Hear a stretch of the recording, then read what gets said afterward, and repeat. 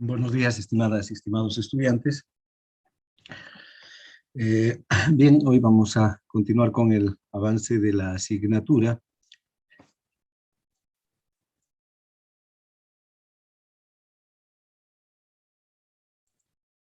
Buenos días, estimados y estimadas estudiantes. ¿Cómo me escuchan? Buenos días. Está bien. Bien. Vamos a continuar con el avance de la asignatura, pero antes quiero, que aclaremos esta situación sobre el potencial de membrana en reposo de los músculos y de los grandes nervios y de las neuronas. He revisado la 14ª edición de la compré el día jueves para tener la última y revisar lo que ustedes me dijeron. Y bueno, encuentro que hay algunas puntualizaciones referente al potencial de membrana en reposo de las neuronas, de menos 70 milivoltios, y en algunos lugares también hace referencia al de los nervios, ¿no? En menos 70 milivoltios. Sin embargo, cuando ustedes ven el establecimiento del potencial de membrana en reposo, todavía sí, se sigue hablando de, bueno, de las dos ecuaciones, tanto de la de Nernst como de la de Goldman, y con la ecuación de Goldman se establece a nivel de la fibra, la gran fibra nerviosa que está transmitiendo señales, menos 90 milivoltios, ¿no? Continúa el potencial de membrana en reposo de menos 90, porque para llegar a estos menos 90, aplicamos la ecuación de Goldman, que nos da menos 86, más menos 4 de la bomba sodio-potasio, tendríamos los menos 90. Sin embargo, hay referencias luego, cuando a partir del potencial de acción de las neuronas, que sí ya se refiere a menos 70 milivoltios. Ahora, esto todavía me queda dudas a mí por la situación en la que el cálculo del potencial de membrana en reposo de la fibra nerviosa, ¿no? Es de menos 90 a través de la ecuación de Goldman. Si ustedes también, los que tienen la 14 edición, pueden ver en la página 66 y aquí indica claramente que es menos 90 milivoltios, ¿no? Bien, seguiremos mirando esto y estudiando más en detalle para poder determinar con claridad cuál va a ser nuestro digamos, cuál dato lo vamos a tomar como el válido. Desde luego que en la neurona, esto no hay duda, es de menos 90, de menos 70, ¿sí? No sé si está claro. Sí, doctor. Sí, doctor, muy claro, ¿Ya? clarísimo. Bueno, porque claro, hay esas diferencias, ¿no? Vean, por ejemplo, en la página 67, en la primera fila, y en el penúltimo párrafo dice, por tanto, como se muestra en la figura 5-5C, el potencial de membrana neto, cuando actúan todos estos mecanismos a la vez, es aproximadamente menos 90 milivoltios, ¿no? Y en el último párrafo ya hace la relación de los menos 86 que se establece con los canales de fuga y con los 4 de la bomba sodio-potasio ATPasa, los menos 4, ¿no? Bien, entonces, que quede esto en revisión, pero tomando en cuenta estos datos que tenemos aquí en el libro. Muy bien, entonces continuaremos con nuestro avance. Hoy vamos a ver el músculo esquelético, cómo funciona, la fisiología del músculo esquelético. Y bien, entonces vamos a hablar de la contracción y de la excitación del músculo esquelético. Bien, el músculo es uno de los tejidos más, digamos, abundantes del organismo. El 40% del cuerpo es músculo esquelético. Entonces tenemos una gran cantidad de músculo, ¿no? Algunos individuos tienen más que otros. Eh, eh, eh, por que son deportistas, ¿no? Y ejercitan con mayor intensidad la musculatura que otros.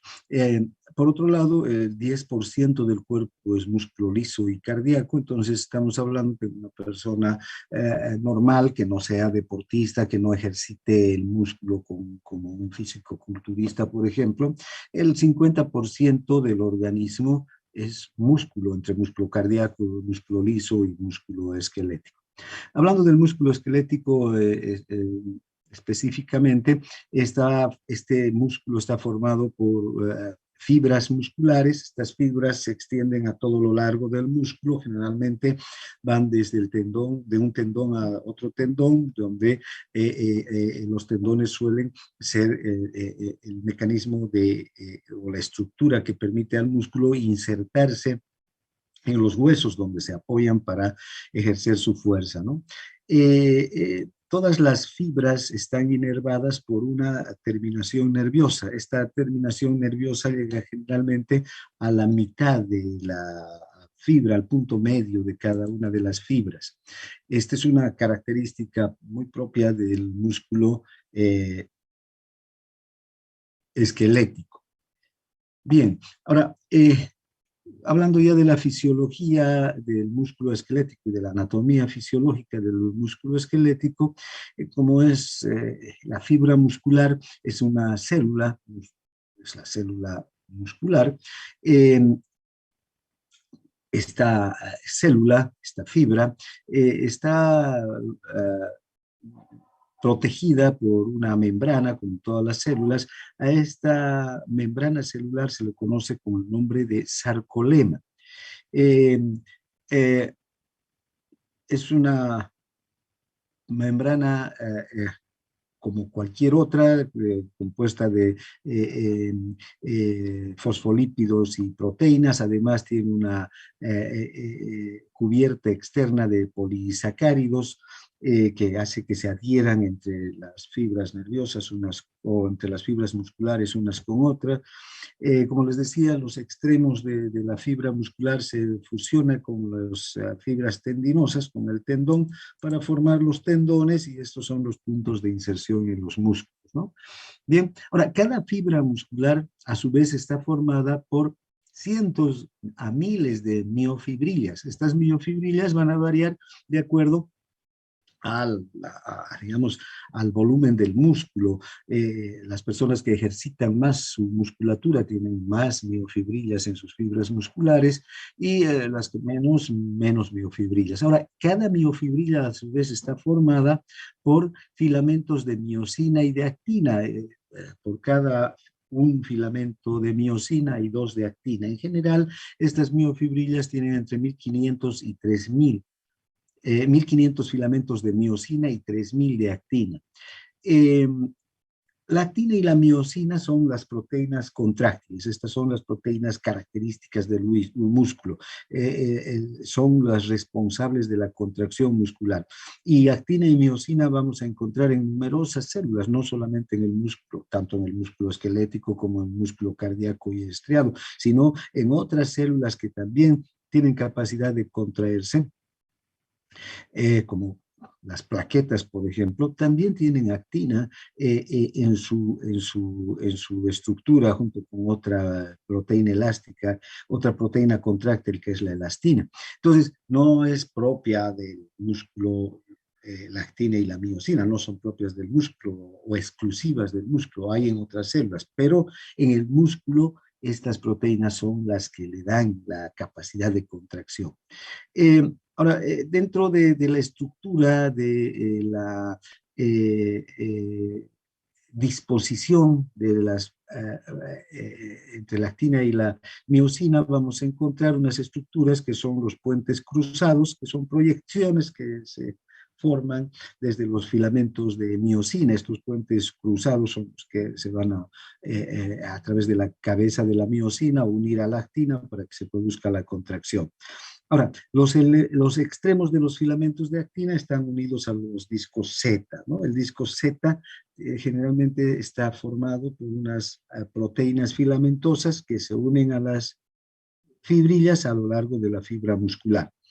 Finalmente, el sarcómero es la porción de la miofibrilla que está entre dos discos Z. Aquí podemos observar todas las estructuras, ¿no? El músculo esquelético. Aquí el músculo, el fascículo muscular, luego un fascículo muscular compuesto por fibras musculares, y cada fibra muscular, este es el fascículo con fibras, este es el músculo, la fibra muscular que tiene las miofibrillas, y las miofibrillas que tienen los filamentos de actina y de miosina. Aquí podemos ver al filamento de actina, que es el más delgado, y el grueso del centro es el filamento de miosina. Aquí los discos Z, ¿no? Los discos Z, formados por esas moléculas proteicas filamentosas y pegajosas. Aquí hay, y entre la miosina y el disco Z hay otra proteína que se llama la titina, que sujeta a la miosina. Podemos observar aquí, si sacamos un sarcómero, vean, un sarcómero va entre disco Z y disco Z, entonces este sarcómero está compuesto por la miosina y la actina, dos de actina por una de miosina. Ahora, la actina y la miosina también están formados por filamentos, aunque son proteínas, no es una sola, no es un solo monómero, sino son polímeros, es decir, muchos filamentos de la proteína que se unen para formar una molécula proteica muy grande, de peso molecular alto, que le va a dar la estructura al músculo y además la capacidad de contracción. Esta es la actina, la miosina, y las actinas son estas muy delgadas. Vamos a ver si aquí, bueno, aquí. Veamos la actina y la miosina. Fíjense, aquí tenemos estos que parecen cordeles, como sogas, son las moléculas de actina, y estas otras que donde tenemos estas prolongaciones, que son los puentes cruzados, que van a sostener a la cabeza, son las moléculas de miosina. Entonces, esta es la miosina y esta es la actina. Dos actinas por una miosina, dos actinas por una miosina. Por eso hay 1500 moléculas de miosina y 3000 de actina en una fibra muscular, ¿no? Bien, ahora, si ustedes observan, la actina está directamente unida a los, a los discos Z. Estos son los discos Z, que son también moléculas proteicas muy pegajosas, y a las que se ancla la actina. La titina, en cambio, perdón, la miosina no está directamente unida a los puntos Z, a los discos Z. Necesita otra proteína. Esta proteína se llama titina, esta que vemos acá, que une entonces a la miosina con los discos Z. Bien, ahora, como toda célula, la fibra muscular también tiene, desde luego, un citoplasma. En el caso de la fibra muscular estriada se llama sarcoplasma. Este sarcoplasma está formado por el líquido intracelular que circula entre todos los espacios de las miofibrillas, ¿no? Este líquido intracelular contiene mucho potasio, magnesio y fosfato, al igual que el líquido intracelular de cualquier otra célula. Además, contiene enzimas proteicas que van a encargarse de muchas reacciones bioquímicas, en especial reacciones bioquímicas que tienen que ver con la activación de las moléculas de ATP que van a intervenir en la contracción muscular, o sea, las moléculas que van a dar la energía para la contracción muscular.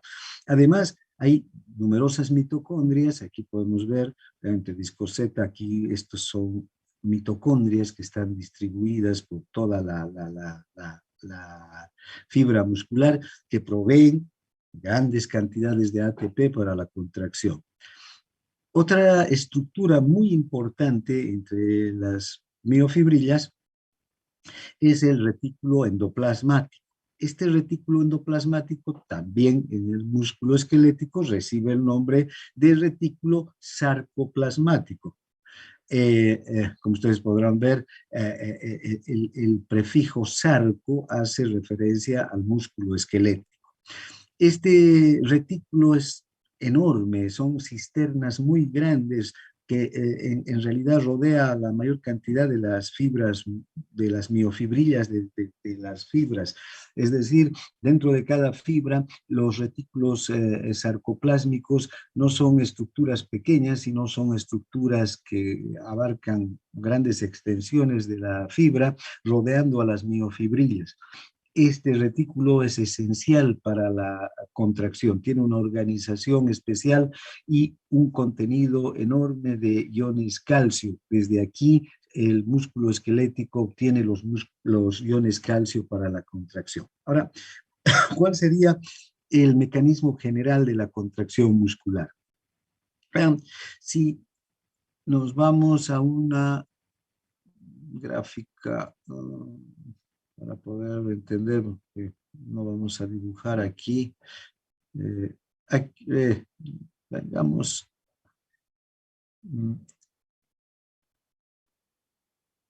a esta gráfica. Esta es una placa motora, esta es la fibra nerviosa del músculo esquelético que trae el estímulo desde el sistema nervioso central para que este músculo, esta es una fibra muscular, se contraiga, ¿no? Vean, cada una, esta fibra muscular formada por miofibrillas. Bien, ahora, fíjense, el nervio directamente está casi en contacto con el músculo.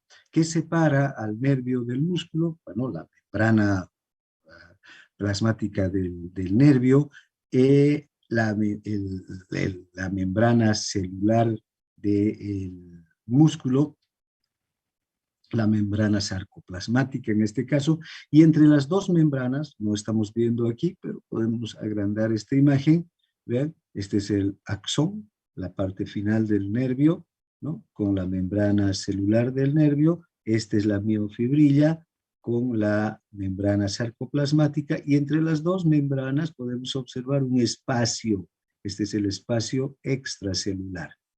Este es un espacio muy pequeño, ¿no? Que se conoce como hendidura sináptica, mide de 20 a 30 nanómetros de ancho. Por aquí circula el líquido extracelular. El líquido extracelular, como ustedes saben, está cargado de iones sodio, ¿no? En gran cantidad, iones calcio también, en mayor cantidad, por lo menos, que en el líquido intracelular. Bien, entonces, ¿qué ocurre cuando llega un potencial de acción? Es decir, un estímulo eléctrico a través del nervio. Este potencial de acción va a hacer que el nervio, el axón terminal, este punto, si aquí llegó el potencial de acción, vamos a adelantarnos un poco, hasta aquí llega el potencial de acción. Ya saben ustedes que el potencial de acción es cuando ingresan los iones positivos al interior del nervio, estos son iones sodio generalmente, y despolarizan el nervio. Este potencial de acción va a hacer que la carga eléctrica de este axón terminal se vuelva francamente positiva. Esto hace que aquí se abran canales de calcio. Estos canales de calcio son canales que se abren por voltaje.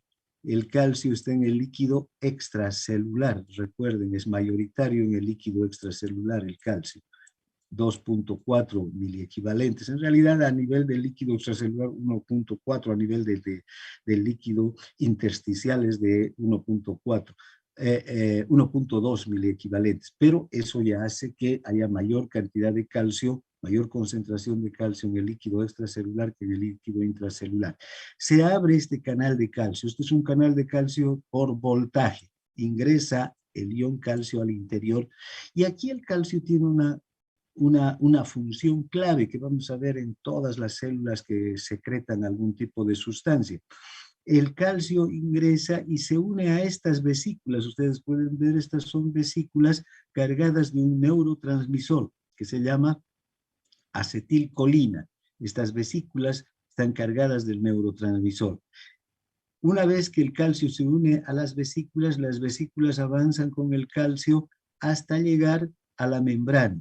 Y en la membrana se funden con la membrana y por exocitosis vierten el neurotransmisor, la acetilcolina, al espacio sináptico o a la hendidura sináptica, ¿no? Aquí al líquido extracelular. En el líquido extracelular, las vesículas navegan, por decir, hasta llegar a la membrana del músculo esquelético. Aquí hay un receptor nicotínico de la acetilcolina, que no es nada más que un canal de sodio.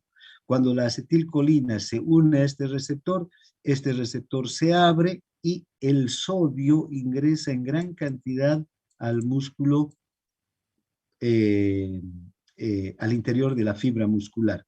Este sodio despolariza la fibra muscular, que normalmente es negativa, ¿no? Cuando está en reposo, menos 85 milivoltios. La despolariza y esta despolarización lo que hace es que se produzca la apertura de otros canales, los canales de calcio que están en el retículo sarcoplásmico. El retículo sarcoplásmico o el retículo endoplasmático, en el caso del músculo esquelético, está cargado de iones calcio. Ya les decía hace un momento que este retículo es excepcionalmente grande, rodea todas las miofibrillas, precisamente porque contiene grandes cantidades de calcio. Este calcio sale debido a la apertura del canal de calcio. Es un canal de calcio que se abre por voltaje. Este es el voltaje que abre al canal cuando la fibra muscular se vuelve positiva. El calcio sale y el calcio se dirige a unas estructuras. Voy a borrar esto, porque ya después vamos a volver a revisar esto más adelante. El calcio vuelve a unas estructuras proteicas que ya hay en la fibra, en la miofibril. Estas estructuras proteicas son la troponina. Un segundito, ¿dónde está? Aquí. Voy a borrar esto. Volvamos aquí adelante. ¿Dónde estamos? Aquí. Vean, esta es la troponina. Esta troponina tiene 3 subunidades. La subunidad C, la I y la A.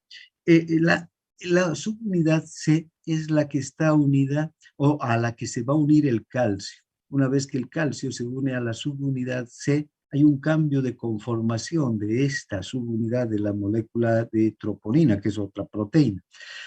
Esta hace que a estas dos otras subunidades actúen en conjunto. La una de las subunidades está unida al filamento de actina y otra a la de la tropomiosina, que forman parte del filamento de actina. Enseguida vamos a ver estas estructuras con mayor detalle.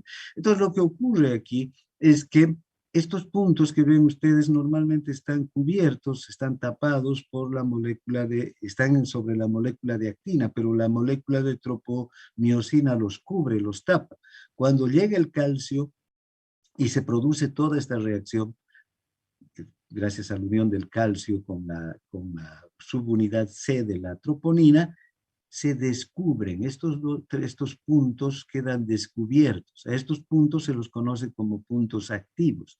A estos puntos se une la cabeza de miosina, que se atraen desde el punto de vista químico, forman enlaces fuertes, pero enlaces en realidad reversibles, ¿no? Que se unen y se produce una fosforilación de la cabeza de miosina, el fosfato que libera el ATP gracias a esa fosforilación de la cabeza de miosina, va a permitir que haya una contracción de la molécula de miosina y la molécula de actina sea estirada, digamos, hacia adentro y se produzca la contracción. Termina la contracción en el momento en el que el calcio se libera de la molécula de la subunidad C de la troponina, el calcio vuelve al retículo sarcoplásmico y la miosina se libera de los puntos activos que están en la actina y finalmente todo vuelve al inicio, a la relajación del músculo, ¿no? Bien, entonces, a grandes rasgos, eso es lo que pasa en la contracción. Entonces, todo este mecanismo de contracción que decíamos aquí es lo que les acabo de explicar a grandes rasgos. Después vamos a ver en detalle cada uno de estos procesos. Bien, ahora vean, si analizamos aquí, tenemos que este es un sarcómero aquí. Este es el disco Z de un lado, este es el disco Z del otro. El sarcómero, ¿no es verdad? Esa es la unidad funcional del músculo, esto donde debido ver en histología. En el sarcómero entonces están las dos actinas, la miosina y la miosina unida al mismo sarcómero, a la disco Z por la titina. En este caso no nos interesa destacar a la titina, pero ahí está la titina, ¿no? Bien, entonces, vean, nosotros podemos ver aquí dos estados del músculo, el estado relajado y el estado contraído, el estado de relajación y de contracción. Cuando el músculo está relajado, es decir, cuando no hay ningún potencial de acción que llegue desde un nervio para producir todo ese mecanismo que acabamos de decir, fíjense, hay la extensión entre disco Z y disco Z es una, ¿no? Digamos, hay una distancia inicial entre los dos discos Z. Esto se debe a que las moléculas de actina, apenas las dos moléculas de actina, ¿no? Apenas están superpuestas aquí. En cambio, cuando hay una contracción, hay, hay un acortamiento del músculo. Y eso lo notamos, vean, entre disco Z y disco Z. Aquí la distancia entre el disco Z y el disco Z es menor que en el estado. Vamos a observar que las dos moléculas de actina están muy superpuestas. Se han desplazado sobre sí las dos moléculas de actina. Esto hace entonces que el sarcómero se contraiga, ¿no? El sarcómero se disminuye en su longitud. Los dos discos Z son traccionados por las moléculas de actina, porque recuerden, estas moléculas de actina están unidas al disco Z. Ahora, ¿por qué estas moléculas de actina se superponen entre sí? Porque la miosina es la que va a producir la tracción. las cabezas de miosina que se unen a la actina producen la atracción y las dos moléculas de actina se superponen entre sí y acortan al sarcómero. Ese sería el mecanismo general. Vean, ahora, si observamos ya cada molécula de actina y de miosina, por ejemplo, podemos ver que un filamento, o sea, cuando hablamos de un filamento nos estamos refiriendo a toda una molécula que está compuesto por muchísimos filamentos de miosina enrollados entre sí. Entonces, un filamento de actina tiene dos cadenas, ¿eh? Estas dos cadenas pesadas que se enrollan o se enroscan entre sí, dos cadenas proteicas son estas, ¿no? Cadenas pesadas se las llaman, y ven cómo forman un tallo o una cola también largo, estas dos cadenas de cadenas polipeptídicas, y en los extremos cada una va a tomar una dirección opuesta de la otra y forman lo que se conoce la cabeza de la molécula de la miosina. Ahora, aquí a nivel de el extremo donde se forma la cabeza, hay dos cadenas ligeras unidas a cada una de las cadenas pesadas. ¿Ven? Entonces aquí tenemos una cadena ligera y otra cadena ligera de polipéptidos, ¿no? Aquí tenemos otra cadena ligera y otra cadena ligera, o cadena liviana también podríamos decir, que están unidas a los extremos de cada una de las cabezas, de las cadenas pesadas, ¿no? Toda esta estructura va a formar la cabeza de la miosina y los puentes cruzados, ¿sí? Entonces, podemos observar que la miosina tiene dos filamentos que son cadenas polipeptídicas, largas, las cadenas pesadas, que se doblan en un extremo. Ahí están unidas otras dos cadenas livianas, también polipeptídicas, a cada extremo de los filamentos de las cadenas pesadas, y en este extremo forman lo que se conoce la cabeza de la molécula de miosina. Ahora, si ustedes observan ya esta otra figura, vamos a observar ya la molécula de la miosina, que es una estructura que está formada por muchos filamentos, ¿no? Entonces, cada una de estas estructuras, por ejemplo, aquí están los tallos y las colas de muchos filamentos de miosina, y aquí también las cabezas de muchos filamentos de miosina, o de moléculas de miosina, ¿no? Más bien, fíjense, las moléculas de miosina van a formar 200 moléculas individuales, van a formar un filamento de miosina.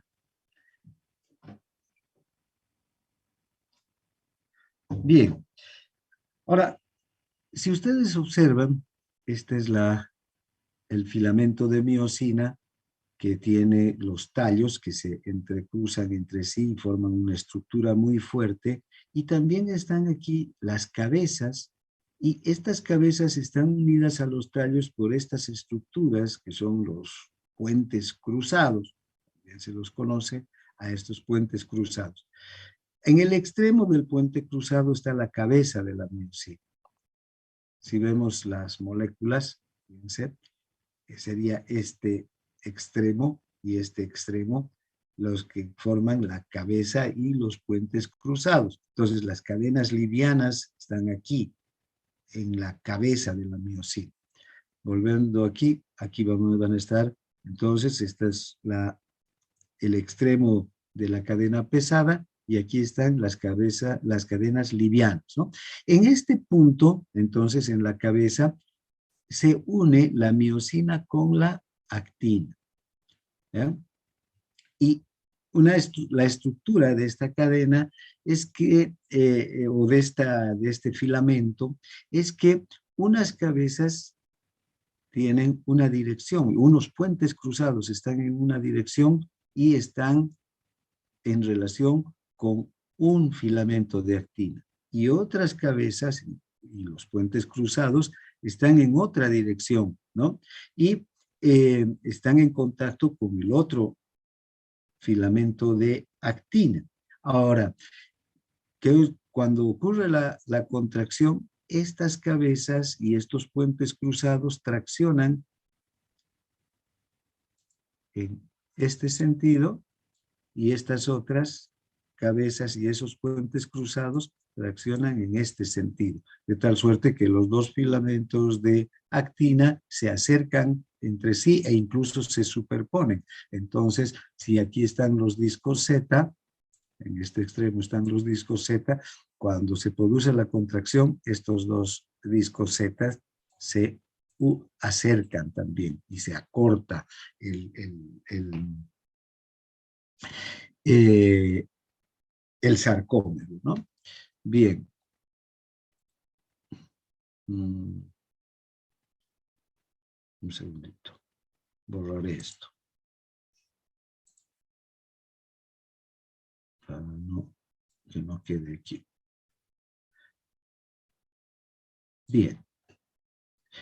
Este mecanismo, entonces, este mecanismo que permite la tracción de los filamentos de actina, gracias a la disposición de los puentes cruzados y de las cabezas de miosina, ¿ven? Se conoce como como bisagra, un mecanismo de bisagra, ¿no? Bien, ahora, ¿cuál es la característica del filamento de actina?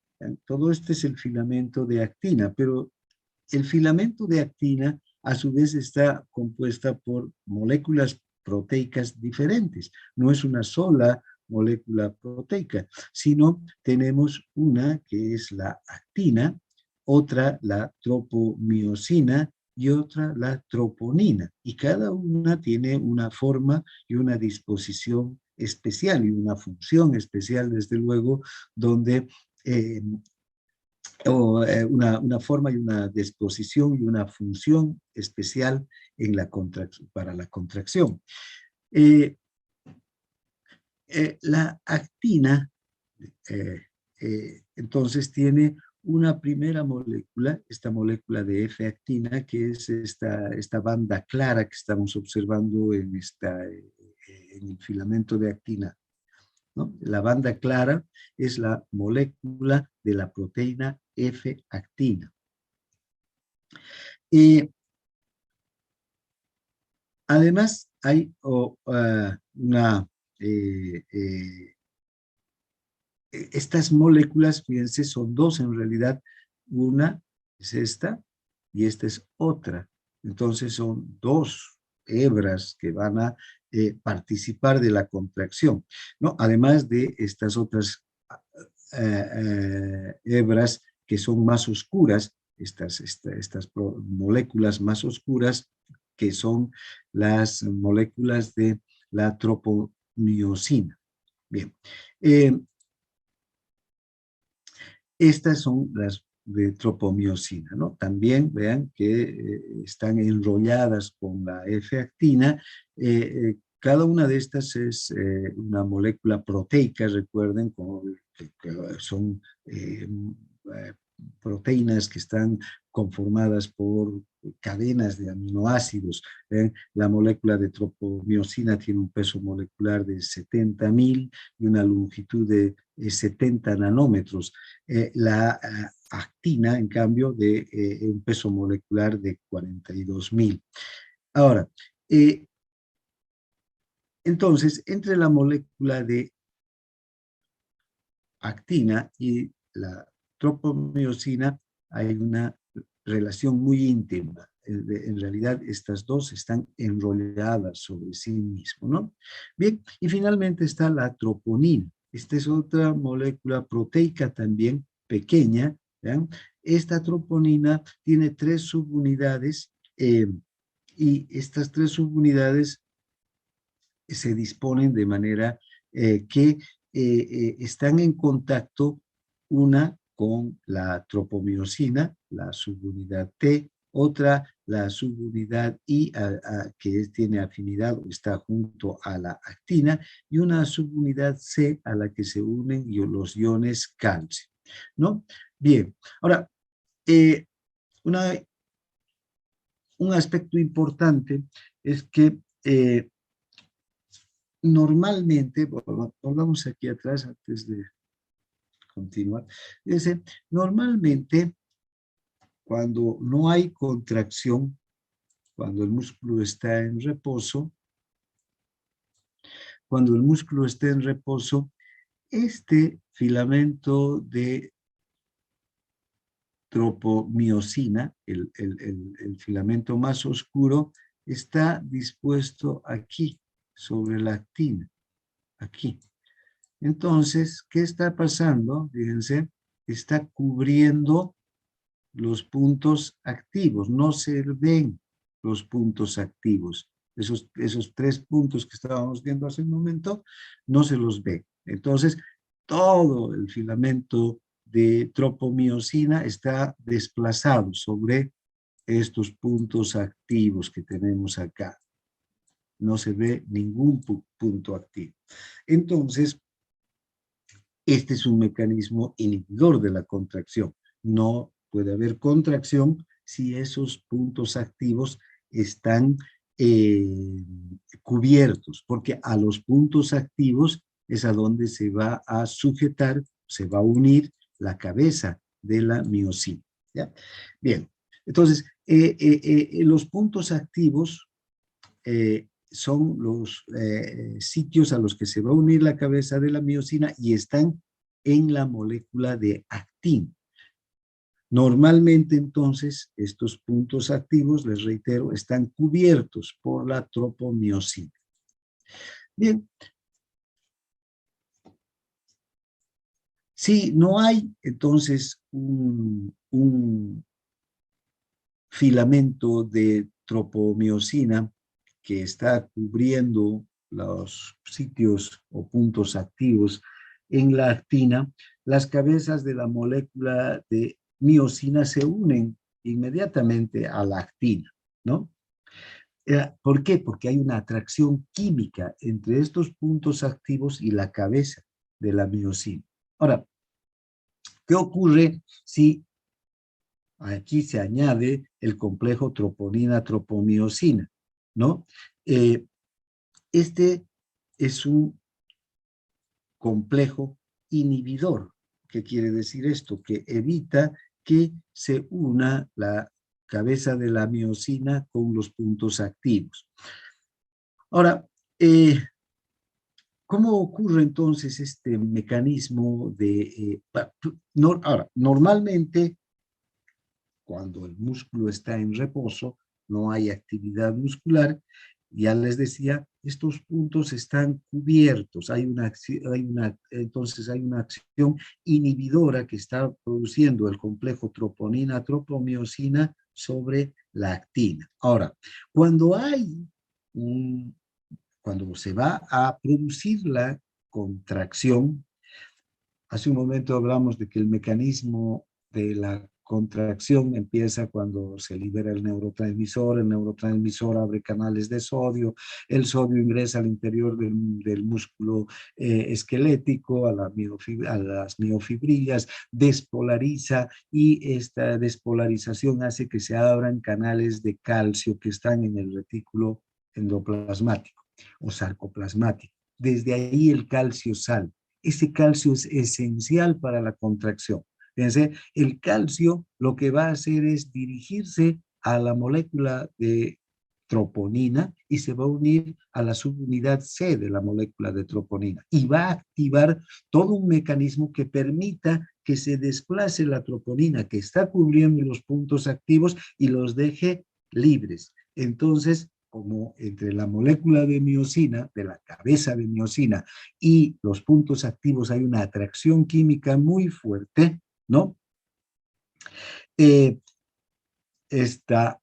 dos estructuras se unen.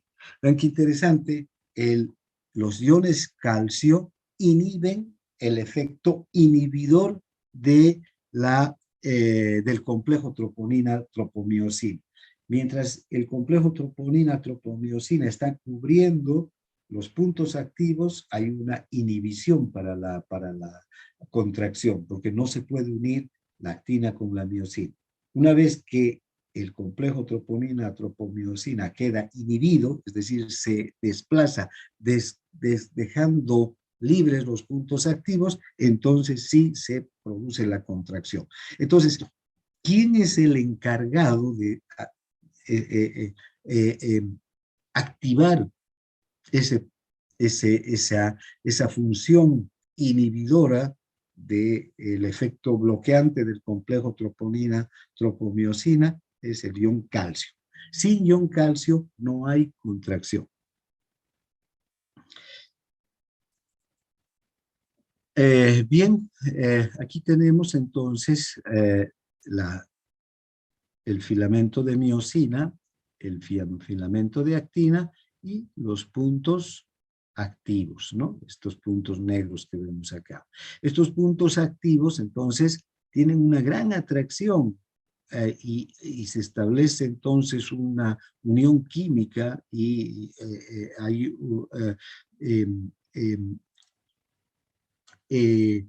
cambios moleculares a este nivel de las dos estructuras, tanto de la miosina como de la actina, cuando se une la cabeza de miosina al punto activo.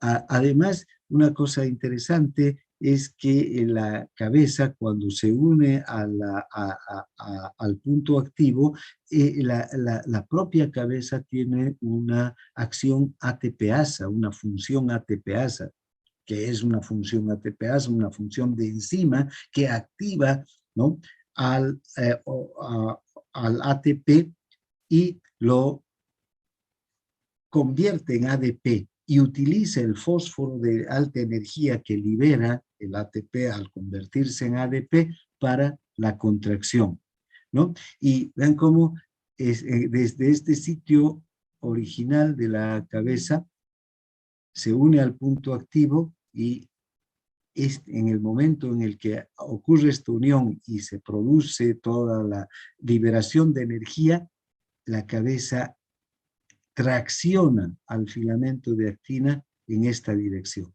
¿no?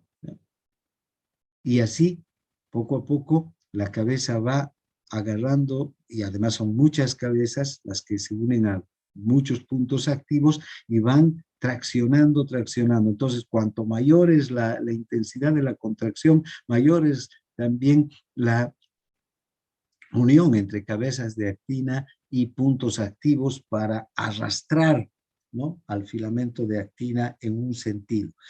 En este caso, estas cabezas de miosina están arrastrando a esta actina en este sentido. Y recuerden que más allá, en la misma miosina, los puentes cruzados están dispuestos en el otro sentido, en este sentido, y aquí hay otra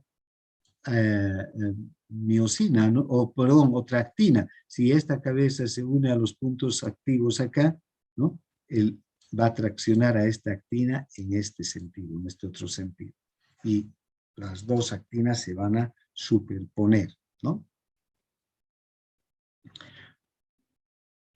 Ahora, cuanto mayor, más intensidad tiene la contracción, cada cabeza de miosina se une a una actina, arrastra en un sentido, luego se suelta y se une a otro punto activo para ir avanzando y combinándose con nuevos puntos activos para que la contracción sea más intensa.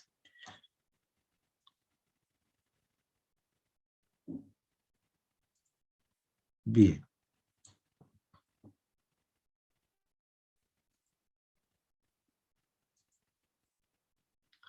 Entonces, el ATP, como les decía hace un momento, es la fuente de energía, ¿no? Esta molécula, el adenosintrifosfato, tiene 3 moléculas de fósforo de alta energía. Cuando se combina, se une la cabeza de actina o la cabeza de miosina con el punto activo de la actina, la propia cabeza de miosina tiene una actividad ATPasa. Entonces escinde, rompe al ATP para formar ADP, y el fósforo de alta energía que queda como consecuencia de esta hidrólisis del ATP es el que se va a utilizar para la contracción, ¿no? Vean, las cabezas de los puentes cruzados se unen a la ATP. Estas cabezas tienen actividad ATPasa y son capaces de hidrolizar al ATP y convertirlo en ADP y el fosfato de energía. Este fosfato de energía unido a la cabeza es el que va a permitir que se traccionen, ¿no?, los filamentos de actina. Bien. Son todos estos procesos químicos que ocurren con la liberación del ATP la hidrólisis del ATP y la liberación del fósforo de alta energía. Bien, ahora, si ustedes observan en este gráfico, podemos ver cómo a medida que aumenta la tensión,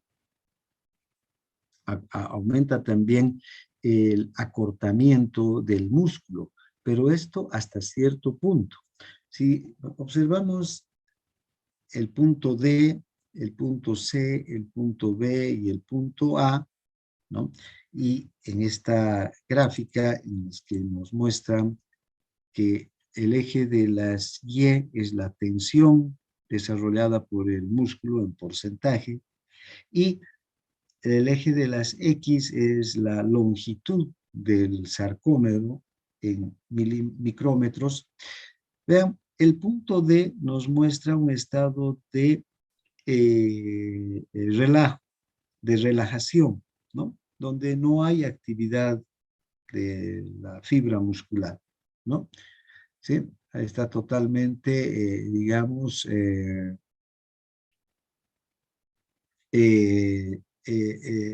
relajada la fibra muscular. Ahora, empieza a producirse la contracción y aumenta la tensión. Fíjense cómo aumenta la tensión del punto D al punto C, ¿no? Y observamos que la longitud del músculo, o del sarcómero en este caso, ha disminuido de 3.5 a 2.2 micrómetros, ¿no? Si bajamos del punto C aquí a la longitud, unos 2.2 micrómetros. Aumenta, vean cómo aumenta la tensión. Sin embargo, perdón, se mantiene la misma tensión, no aumenta la tensión, se mantiene la tensión, pero aumenta la contracción, es decir, disminuye más todavía la longitud del sarcómero, ¿no?, de 2 a 2 micrómetros. Si aumenta, ¿no?, la contracción, hay mayor todavía contracción del músculo, ¿no? Y vamos al punto A, donde la distancia, la longitud del sarcómero ha bajado a 1.6 micrómetros aproximadamente. ¿Vean? No se mantiene la misma tensión ni ha aumentado la tensión. Más bien ha disminuido. ¿Sí? Esto nos muestra que este mecanismo es un mecanismo de protección del músculo. Porque si cuando empieza la contracción, primero vean, empieza la contracción y aumenta la tensión. Sigue la contracción es más corta todavía la distancia de la longitud del sarcómero y la tensión sigue la misma. Y si todavía continúa la contracción, ¿vean? Va a haber una disminución de la tensión. Esto hace que el músculo, aunque todavía está con una contracción alta, ¿vean? Hay más contracción todavía, eh, eh, eh, no corre el riesgo de dañarse por una tensión excesiva, ¿no? Disminuye la tensión. Ese es un mecanismo de protección del músculo.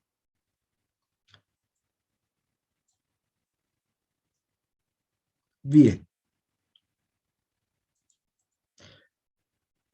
Bueno, estas son ya las relaciones de la velocidad de contracción con la carga, ¿no? El músculo esquelético se contrae rápidamente cuando lo hace frente a una carga nula, hasta un estado de contracción completa en un tiempo de, de 0,1 segundo, ¿no? Eh, pero, es decir, si no tengo ninguna carga, puedo contraer rápidamente el músculo. Hagamos la prueba, si está mi brazo extendido, puedo doblarlo inmediatamente, ver hacia arriba y doblar el antebrazo sobre el brazo en una fracción de 0,1 segundo. Pero ¿qué pasa si aumenta la carga? Pongo un libro sobre mi mano y quiero doblar. La velocidad de contracción se va a hacer cada vez más lenta a medida que aumenta la carga. Cuanto mayor es la carga, más lenta es la velocidad de contracción. Ahora,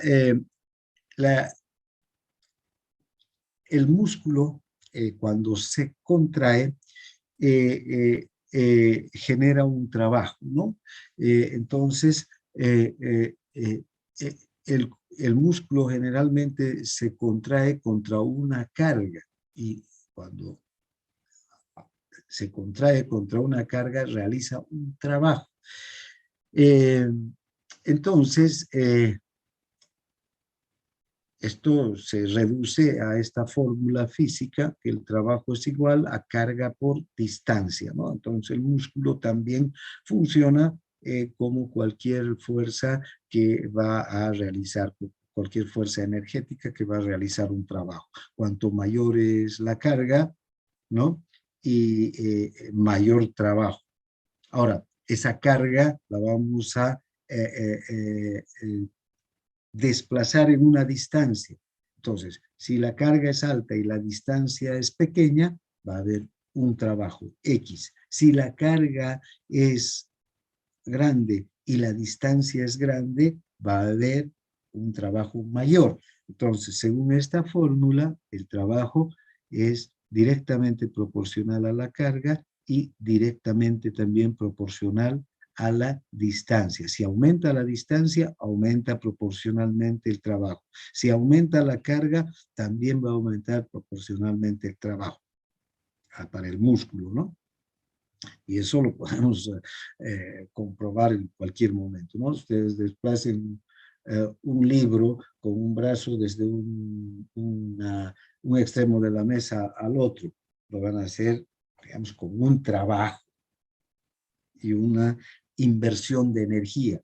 Pongan 2 libros sobre la mesa y empujen los 2 libros con el mismo brazo, la misma distancia, van a requerir mayor trabajo porque ha aumentado la carga, más peso. Si ponen 10 libros, seguramente tal vez les va a costar mucho más, y si ponen, no sé, 12 libros, tal vez ya el trabajo va a ser mayor para desplazar esos libros la misma distancia, ¿no? Entonces, si aumenta la distancia, también va a ser mayor el trabajo, ¿no?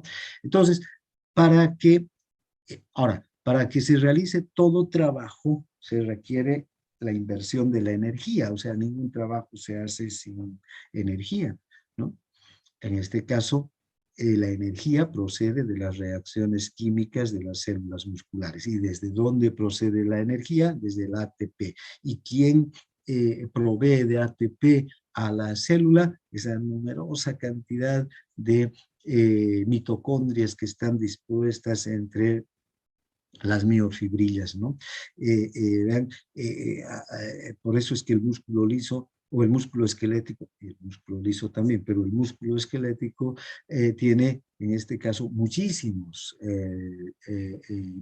mitocondrias que están produciendo permanentemente energía.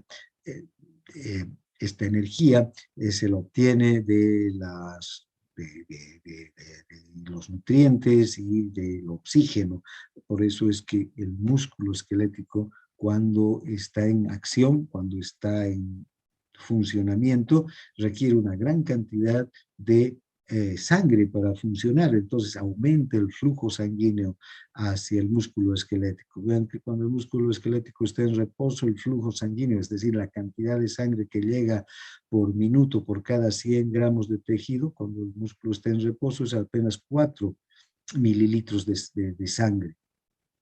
En cambio, cuando el músculo está en actividad, por los mismos 100 gramos de tejido, en el mismo tiempo, en el mismo minuto, puede llegar hasta 80 mililitros. Es capaz de aumentar 20 mililitros perdón, 20 veces más el flujo sanguíneo hacia el músculo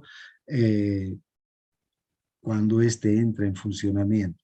¿Por qué? Porque requiere una enorme cantidad de energía para realizar este trabajo de desplazar una carga en una distancia determinada. Ahora, ¿de dónde sale la energía para la contracción? La principal fuente de energía es el ATP. Luego también hay fosfocreína, que es otra molécula que también puede producir la liberación de un fosfato de alta energía, similar a lo que hace el ATP, la glucólisis del glucógeno también puede producir directamente ácido pirúvico y ácido láctico que van a convertir ADP en ATP y se va a obtener ATP para las contracciones. Y el metabolismo oxidativo, ¿no? que es donde más cantidad de ATP se obtiene. Ahora, la contracción muscular tiene una eficiencia del músculo esquelético de un 25%. Es decir, de todos los nutrientes que nosotros consumimos, en realidad toda la energía de estos nutrientes no va al trabajo del músculo. Una buena parte de la energía de esos nutrientes va a perderse durante la formación del propio ATP, porque el propio ATP necesita energía para su formación. No es que la molécula de ATP también se forma de forma gratuita. Requiere la inversión, la glucólisis, por ejemplo, requiere de inversión de ATP para arrancar, ¿no? Entonces,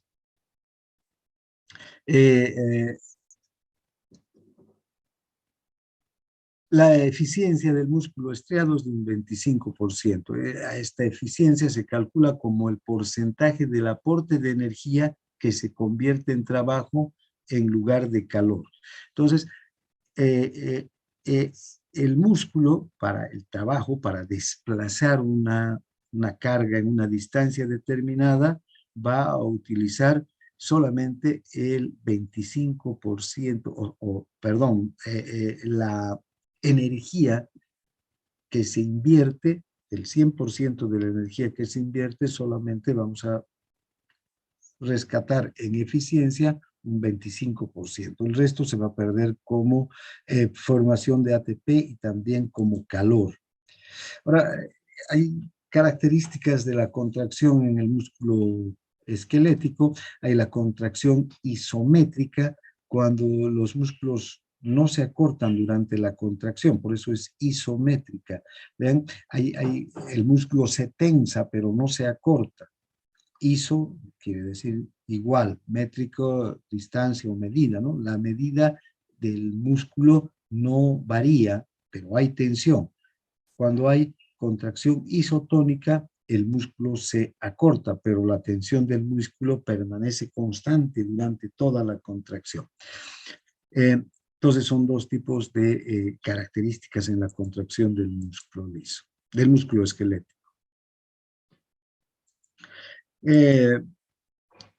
Ahora, hay también fibras musculares rápidas y fibras musculares lentas, ¿no? Hay en todo fascículo muscular y en cada músculo hay una mezcla de fibras lentas y rápidas. Los músculos reaccionan rápidamente cuando están formados por más fibras rápidas que lentas, y van a reaccionar más lentamente cuando tienen mayor cantidad de fibras lentas.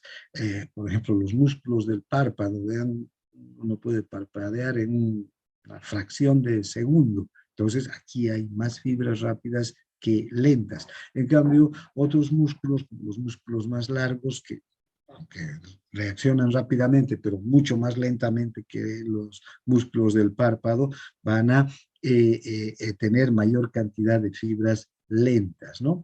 Estas fibras lentas son de tipo 1, son fibras más pequeñas, también inervados por fibras nerviosas pequeñas, más delgadas, tienen mayor cantidad de vascularización porque son fibras que necesitan mayor metabolismo, muchas mitocondrias y cantidades de mioglobina para aportar el color rojo del músculo. Las fibras rápidas, tipo 2, son fibras grandes, más bien, obtienen fuerza de contracción, tienen un retículo endoplásmico o sarcoplásmico extenso, liberan una gran cantidad de iones calcio, tienen enzimas glucolíticas para que arranque rápidamente la glucólisis liberando energía de la glucosa, y vascularización menos extensa, menos metabolismo oxidativo. En cambio, las fibras lentas, mayor metabolismo oxidativo, más cantidad de ATP también que forman las fibras lentas, y las fibras rápidas tienen menos mitocondrias en relación a las fibras lentas, ¿no? Ahora, ¿cómo se produce la mecánica de la contracción del músculo esquelético? A ver, todo músculo esquelético está inervado por una fibra nerviosa. Entonces, estas fibras nerviosas proceden de la médula espinal, son las motoneuronas que llegan hasta el músculo esquelético. Estas fibras nerviosas llegan aproximadamente a la parte central o media de la fibra muscular, y ahí se unen o se establecen un contacto con la fibra muscular, ¿no? La fibra nerviosa y la fibra muscular. A esa unidad, a esa unión se nos conoce como unidad motora, o también unión neuromuscular, porque ahí se están uniendo el nervio con el músculo, aunque no es una verdadera unión, porque no hay una, no, las dos membranas no se tocan, como hace rato vimos, ¿no? Hay un espacio, el espacio sináptico entre el axón terminal del nervio y la membrana sarcoplasmática. Está el espacio sináptico donde circula líquido extracelular, ¿no? Ahora, los músculos pequeños que reaccionan rápidamente y tienen un control más exacto del movimiento, tienen más fibras nerviosas, pero menos fibras musculares, ¿no? Porque hay una reacción rápida del músculo. En cambio, los músculos grandes que que no precisan un control tan fino como los músculos, por ejemplo, de la pierna, tienen muchas fibras musculares y en una sola unidad motora, ¿no? Entonces menos fibras nerviosas. Ahora, hay algunas características que tenemos que analizar en los músculos. Una es la sumación de fuerzas. Cuando hablamos de sumación de fuerzas, como su nombre dice, es una adición o sumación de los espasmos individuales del músculo para aumentar la intensidad de la contracción muscular global. Hay sumación de fibras múltiples, aumenta el número de unidades motoras que se contraen en un solo momento, de manera simultánea, y sumación de frecuencia y tetanización. Aquí aumenta la frecuencia de contracción. Entonces, aquí no es solamente que aumentan el número de unidades motoras, sino que los estímulos, ¿no?, que llegan a una misma unidad motora aumentan en su frecuencia y la contracción se hace más intensa todavía. Y si esta frecuencia de estímulos llega a un nivel crítico, las contracciones se hacen tan rápidas que pueden fusionarse entre sí, produciendo lo que se conoce como la tetanización, es decir, una contracción permanente del músculo. ¿Ven? Aquí podemos ver cómo los estímulos, cada vez que llega un estímulo, van a producir un acortamiento del músculo, ¿no? Y cuanto más sean los estímulos, el acortamiento va a ser mayor. Pero puede llegar un punto en el que estos estímulos son tan seguidos, ¿no?, que van a hacer que prácticamente se fusione ya la fibra muscular y quede contraída por un periodo largo de tiempo. A esa contracción permanente se conoce como tetanización. Ahora, ¿cuál es la máxima fuerza de contracción del músculo esquelético?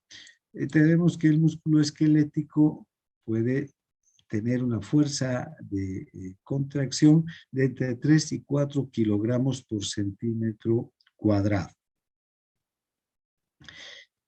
Es la máxima fuerza de contracción tetánica a la que puede llegar un músculo esquelético. Vamos a ver que el músculo liso tiene una mayor fuerza de contracción que el músculo esquelético. Está entre 4 y 6 kilogramos el músculo liso por centímetro cuadrado también, ¿no? Ahora,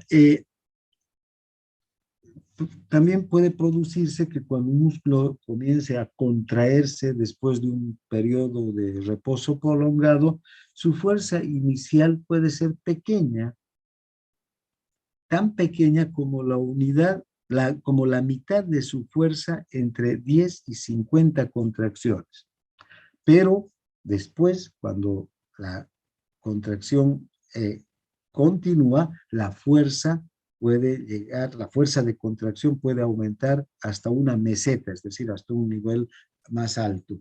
Y a esto se conoce como el efecto de la escalera, ¿no? Eso, vean, primero, la fuerza de contracción del músculo, en especial cuando el músculo está en reposo durante un periodo muy largo de tiempo. Al principio la fuerza puede ser muy pequeña, pero conforme va aumentando la contracción, ¿no?, aumenta también la fuerza y puede llegar hasta una meseta en un periodo de tiempo más corto. Ahora, todos los músculos tienen un tono. Este tono es un estado de tensión que tiene el músculo incluso cuando está en reposo. Es decir, el músculo no está totalmente relajado cuando estamos en reposo. ni cuando estamos durmiendo siquiera. Si tocamos los músculos de una persona, están ligeramente en tensión, no como cuando se está haciendo fuerza o cuando se está haciendo alguna actividad. A esa cierta tensión que se mantiene incluso en el estado de reposo se conoce como tono muscular. Este es un aspecto importante. Por ejemplo, hay personas que están en estado de coma y donde no hay ningún tipo de estímulo que parte del sistema nervioso hacia los músculos. Podemos encontrar que en esas personas se pierde el tono muscular, y si tocamos sus músculos es como si estuviéramos tocando un tejido totalmente blando, ¿no? Y no un tejido que tiene una tensión ligera. Ustedes toquen sus músculos, por más que estén en reposo, aprieten sobre un músculo, van a ver que hay una resistencia del músculo, esa tensión, ¿no? A eso se conoce como tono. Ahora, cuando hay una contracción prolongada, una contracción intensa, puede un músculo llegar a lo que se conoce como la fatiga muscular, ¿no? Eh, eh, Esta fatiga muscular está directamente relacionada con la pérdida de glucógeno del músculo. Es decir, el músculo tiene su propia provisión de glucosa, el glucógeno muscular. Este glucógeno se almacena, ¿no? La glucosa se almacena en forma de glucógeno, y el glucógeno está ahí en el músculo para cuando lo necesitamos. No siempre hay grandes cantidades de glucosa en la sangre, entonces, vean, de hecho hay periodos de ayuno, por ejemplo, donde la glucosa baja, y esa glucosa que está en la sangre es utilizada fundamentalmente por el sistema nervioso, porque depende totalmente de la glucosa el sistema nervioso. Entonces, el hígado almacena glucosa como glucógeno, y los músculos para su propia función también almacenan glucosa como glucógeno. Entonces, un músculo que entra en una actividad muy intensa, por un periodo largo de tiempo, vean, puede agotar su depósito de glucógeno, ¿no? Y entrar en lo que se conoce como un estado de fatiga muscular, que el músculo ya no responda al estímulo. Ahora, todos los músculos en el cuerpo funcionan como sistemas de palancas, ¿no? Vean, siempre hay un punto de apoyo y una palanca a mover. Gracias a eso pues, podemos desplazarnos, levantar pesos. La fuerza entonces que nosotros desarrollamos es mínima en relación a el trabajo que efectuamos. Movernos, por ejemplo, desplazar nuestro cuerpo requeriría una gran cantidad de fuerza si no fuera gracias a este sistema de palancas que hacen ahorrar fuerza, ¿no? Y que forman los huesos con los músculos. Ahora, en el organismo hay dos tipos de músculos, y esto los vamos a ver por todo el organismo. Hay un músculo que hace una función y hay otro que hace una función antagónica. Entonces, a estos dos tipos de músculos se los conoce como agonistas y como antagonistas. Los dos trabajan simultáneamente. Mientras un músculo se contrae, el otro se relaja. Entonces, el agonista se contrae y el antagonista se relaja. O si el antagonista se contrae, el agonista se relaja. Entonces, vean, siempre trabajan digamos, en coordinación, ¿no? Son una acción simultánea de los dos músculos, porque imagínense que el agonista se contraiga y el antagonista también se contraiga, entonces no se va a poder el músculo mover. Cuando el agonista produce una extensión, el agonista una extensión, el antagonista se relaja, ¿no? Para permitir que haya esa extensión. Unos son entonces músculos que van a producir un movimiento y los otros exactamente o van a contribuir al movimiento en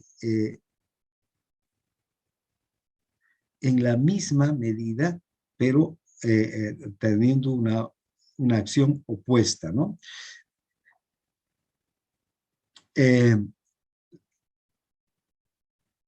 Todo este mecanismo de agonismo y antagonismo están controlada por el encéfalo y la médula espinal. Vamos a estudiar aquí unas pocas clases cuando hablemos de el sistema nervioso o motor. Vamos a ver la relación entre agonistas y antagonistas y las funciones centrales que excitan a unos músculos e inhiben a otros, ¿no? Mientras el agonista se excita, el antagonista se inhibe, o cuando el antagonista se excita, el agonista se inhibe. Ahora, los músculos pueden remodelarse permanentemente para adaptarse a sus funciones, ¿no? ¿Esto qué quiere decir? Bueno, si un músculo es trabajado intensamente, es ejercitado intensamente, el músculo va a crecer, va a aumentar su diámetro, su longitud, su fuerza e incluso va a aumentar su vascularización, ¿no? Vean ustedes, un fisicoculturista empieza, antes de empezar su entrenamiento, por decir, es una persona que tiene una musculatura normal como cualquier otro, pero después de 6 meses o de 1 año o de 2 años de ejercitar intensamente sus músculos, vamos a ver que los músculos se han desarrollado, han aumentado su diámetro, su longitud, su fuerza, e incluso podemos ver las venas que se remarcan ya en la piel de los fisicoculturistas. ¿Por qué? Porque aumenta la vascularización, esos músculos que crecen en tamaño, que crecen en longitud, que crecen en diámetro, que crecen en fuerza, necesitan mayor flujo sanguíneo y mayor cantidad de vasos sanguíneos que lleven la sangre hacia el músculo, ¿no? Entonces, a eso se conoce, cuando el músculo aumenta su masa total, se conoce como hipertrofia muscular, ¿no? Aumentan los filamentos de actina y de miosina en cada fibra muscular. En el otro extremo es cuando una persona no ejercita sus músculos o tiene que guardar cama por periodos largos de tiempo. Una persona que tiene una masa muscular importante, que está en cama por una situación de enfermedad por 6 meses, 8 meses, vean, va a perder la masa muscular que tenía. Esto se llama atrofia muscular, ¿no? También hay una disminución tanto de la actina como de la miosina, disminuyen estas dos proteínas contráctiles. También el músculo es capaz de ajustarse en sus longitudes, ¿no? De hecho, durante el crecimiento, el músculo crece junto con el cuerpo, se van añadiendo sarcómetros en los extremos de las fibras musculares que se unen a los tendones. En cada extremo de la fibra que termina uniéndose con el tendón, ahí se aumentan sarcómetros. Cuando una persona se ejercita, o también alguna otra, en